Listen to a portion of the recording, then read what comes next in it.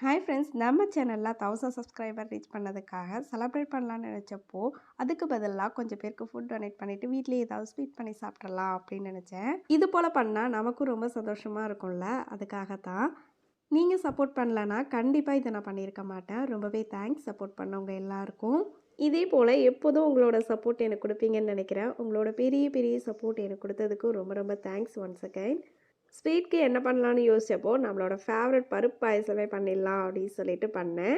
இது எப்படி பண்ணுறதுன்னு பார்க்கலாம் வாங்க. அதுக்கு ஃபஸ்ட்டில் நம்ம பருப்பை வறுத்துக்கலாம். 1/2 கப் பாசி பருப்பு எடுத்திருக்கேன். கூடவே 1 டேபிள் ஸ்பூன் மட்டும் பச்சரிசி சேர்த்துக்கலாம். இது நல்லா திக்னஸ் கொடுக்கும். இது ரெண்டுத்தையும் லைட்டாக வறுத்துக்கோங்க மிதமான சூடில். அது லைட்டாக மணம் வரும், அது வரைக்கும் வறுத்தா போதும். இப்போ பாருங்கள், லைட்டாக நிறம் மாறி நல்ல ஒரு மணம் வருது. இந்த ஸ்டேஜில் ஸ்டவ் ஆஃப் பண்ணிவிட்டு சூடு ஆறுனதும் இதை நல்லா வாஷ் பண்ணிவிட்டு எடுத்துகிட்டு வந்துடலாம். இது போல் நல்லா வாஷ் பண்ணி எடுத்துகிட்டு வந்ததுக்கப்புறமா இதில் 2 கப் தண்ணி சேர்த்துக்கலாம்.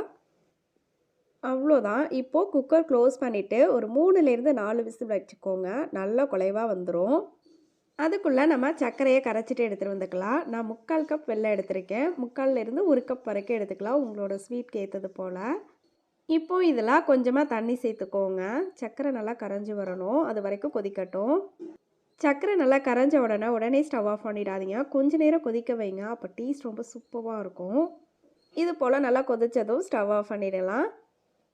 அடுத்து நம்ம வேக வச்சுருந்த பருப்பை நான் 3 விசில் வச்சு ப்ரெஷர் தானாக ரிலீஸ் ஆனதும் நான் ஓப்பன் பண்ணியிருக்கேன். பாருங்கள், நல்லா குழைவாக வந்திருக்கு. இதை ஒரு கரண்டி அப்படி இல்லைன்னா மத்து வச்சு லைட்டாக மசிச்சு விட்டுக்கலாம். இதை லைட்டாக கரண்டி வச்சு மசிச்சு விட்டுக்கோங்க. ஆல்ரெடி நல்லா குழைவாக தான் இருக்கும், அதனால் ரொம்பலாம் மசிக்க தேவையில்லை. இப்போது நம்ம ஆல்ரெடி ரெடி பண்ணியிருக்க சர்க்கரை தண்ணியை ஃபில்டர் பண்ணிக்கலாம். அப்போ தூசு மண் எதுவும் இல்லாமல் இருக்கும், அதுக்காகத்தான். இப்போது இதை நல்லா மிக்ஸ் பண்ணிக்கோங்க. தேவைப்பட்டால் கொஞ்சமாக தண்ணி சேர்த்துக்கோங்க, உங்களோட திக்னஸ்க்கு போல். இதை இப்படியே சாப்பிட்டாலும் நல்லா தான் இருக்கும். இது கூட கொஞ்சமாக நம்ம தேங்காய் பால் சேர்த்துக்கலாம், அப்போ இன்னும் டேஸ்ட் சூப்பராக இருக்கும். லைட்டாக கொதிக்க ஆரம்பித்ததும் நம்ம தேங்காய் பால் சேர்த்துக்கலாம். இது இருக்கட்டும். அதுக்குள்ளே நம்ம கொஞ்சமாக நெய்யில் முந்திரியும் திராட்சையும் ரோஸ்ட் பண்ணி எடுத்துக்கலாம்.